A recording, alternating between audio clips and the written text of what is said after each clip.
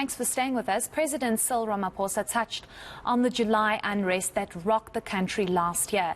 Over 300 people were killed and 50 billion rand in damages were recorded. Security analyst Ziyanda Stuurman joins me now from Cape Town. Thank you so much for your time, Ziyanda. What is your initial response to what the president had to say with regards to the crisis that this country faces when it comes to security? Good evening, Heidi, and good evening to your viewers. I think that the initial reaction that I had to the president's thoughts, both on the panel of experts report into the July unrest, as well as generally around issues on security, was multi-layered. Firstly, I think that his attempt to sort of paint broad strokes and kind of collective responsibility in terms of what happened with the July unrest was really poor. Yes, cabinet has taken responsibility and the government took responsibility for what happened, but to spread the blame around doesn't make any sense when there were very specific ministers who failed in their duties, as the report outlined, again and again and again over several days in July. One of those ministers was sitting behind the president tonight at SONA, who is now Speaker of Parliament. So we're just in a kind of really difficult space where the people who very rightly should shoulder the blame for what happened in July, have not done so and don't seem in any way to have faced any consequences for their dereliction of duty. I think broadly, what the president said about taking action to fill vacancies in state security and to appoint new leadership on the surface seems like a good idea, but knowing that, and again, this is from the panel of experts report, knowing that the intelligence service and the police service have become highly fractured and politicized, even that is going to be a really difficult task to fulfill. Certainly, and there's almost a breakdown of trust. And our colleague Thulasizwe Simelane put it so nicely to say there's a sense of insecurity in from our security cluster, because that's where we're supposed to feel the safest, where we're supposed to have our most trust in, to say, well, they are the security cluster, they have everything under control. But if July is anything to go by, it seems as though the security cluster does not have its house in order.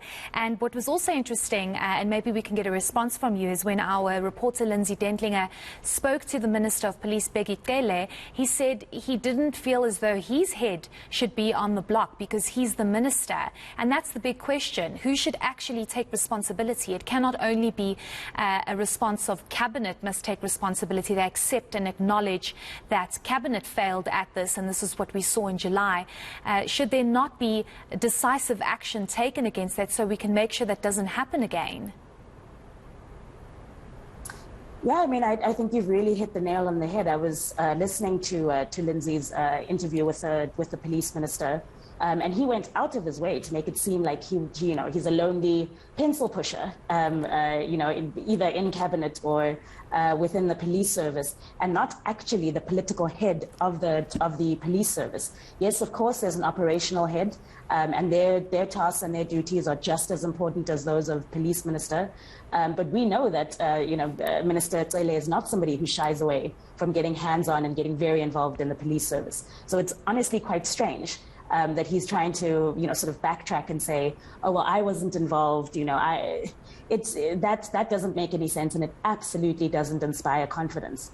I think the really difficult sort of thing about what's happening, with the security cluster at this point is that it is the effect of ANC battles, truly spilling over into the security cluster itself, but also into reality.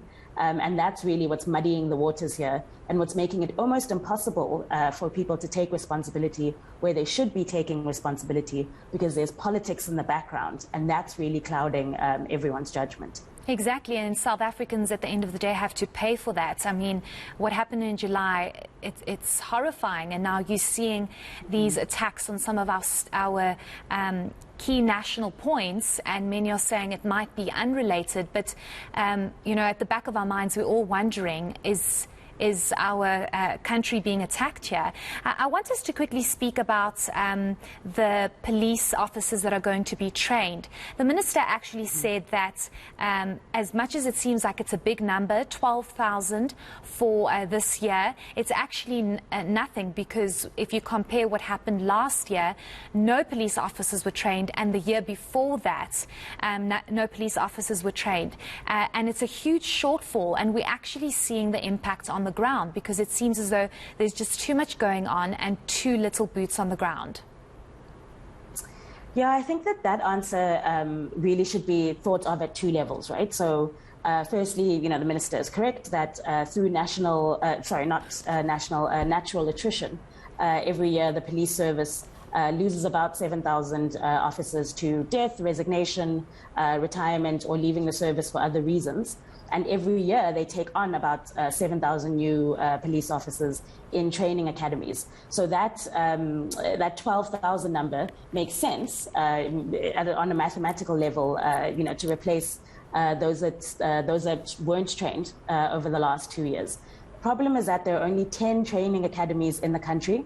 And they are the basic development and learning plan, which is the training platform for the police, requires you to be trained at an academy for 10 months at a time, and then another 14 months in assessments and placed at a police station.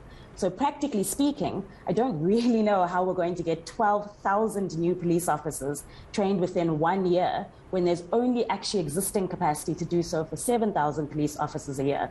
That really needs to be clarified and explained. And again, one of the main reasons why there hasn't been training over the last 2 years is that it's very difficult to do bulk intake training in a pandemic setting. You can't social distance, you can't, sort of mitigate for the pandemic if you're trying to squeeze too many people into one training academy or cohort at a time. The other really important factor about this is where those 12,000 police officers who, at this point we assume are going to be trained in a year, where they're going to be deployed. Because we also know that the need for police officers and police resources isn't the same across communities. It's not the same in Khayelitsha as it is in Constantia. It's not the same in Alexandra as it is in Sandton. So those are all questions that really need answering and that need to be dug into. It's not good enough to say, this is what's going to happen over a year. How is that going to happen over a year? Certainly. And just lastly, Ziyanda, what do you think should or is probably going to happen moving forward, especially because you're mentioning how the politics of the ANC are basically unfolding, but the big question here is South Africans don't feel safe. There are orchestrated attacks on, some of our state-owned or national key points, rather, and we would be horrified if something like July had to happen again. So what do you think needs to be a decisive move by the President, and if I can say, the Minister of Police, Bheki Cele? I think the really difficult thing is that many of the issues within our police service do not have a quick fix. I think absolutely front of mind is, wrapping up the process around Khehla Sithole, the National Police Commissioner's position and role within the SAPS. One of the panelists earlier on this channel spoke about how Commissioner Sithole, last sort of put in his reasons for why he shouldn't be suspended 4 months ago. There's meant to be a board of inquiry into his fitness to hold office. And that needs to take place quite quickly. This sort of stagnation or, kind of frozen in amber processes around his role are not good for the police service, particularly, again, given that he's the operational head of that. More than that as well, the sort of Cold War or tension or feud between the National Police Commissioner and the Police Minister, Bheki Cele, is also, it's distracting. It's not good for the institution itself. And that needs to be either clarified or quashed very quickly.